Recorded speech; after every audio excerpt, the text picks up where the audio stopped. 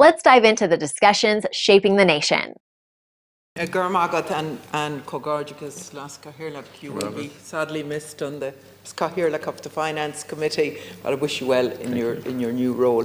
And I do welcome the opportunity here today to talk about the agri industry. It's obviously a sector that is vital for sustaining rural communities. But Minister, I have to ask you again around the damage that was done during the Storm Owen for farmers, and particularly for the infrastructure and their sheds, and also for fishermen, and for fishermen who weren't insured as well, or didn't have insurance. And I mentioned to you before about the seafood sector and the oyster farmers, who was one of my own constituency, 160,000 lost. No fishing business can sustain that amount of things. So I would ask you to put those supports in place as quickly as possible.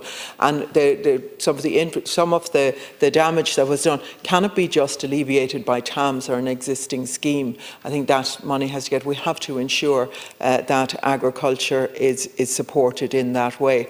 I'm glad that you refer to acres here again today. The debacle continues. We should never ever set up a scheme within the department unless the computer system that's there lends itself to payments being made out in a timely way. This hasn't been done with acres. It's an awful lot of damage there done. There's a relationship between farmers and the department and the government in that, in terms of getting them on board for climate change.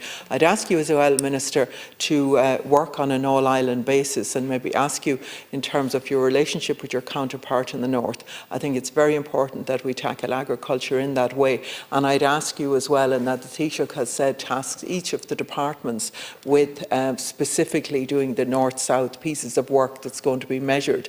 I'd ask you maybe what intentions you have around that, and I would encourage you to do that. And I know our own spokesperson and the rest of us will work with you in terms of having an all-island approach to agriculture that I think can be very successful. The uncertainty regarding obviously the farm funding in the north since Brexit and the back-to-back systems with different regulatory and financial frameworks makes lives very challenging for farmers on both sides of the border. You could stop me, Las Cahirlach, whenever I run over my time. But we obviously believe that decisions which affect our agri-industries should be made on the island of Ireland and not by governments in Westminster. All of the challenges that we've had outlined can be best met on an all-island basis. But I would ask you, Minister, to pay particular heed to the small family farms as well that are operating, and ask you to do what we suggested in terms of the Commission for Family Farms.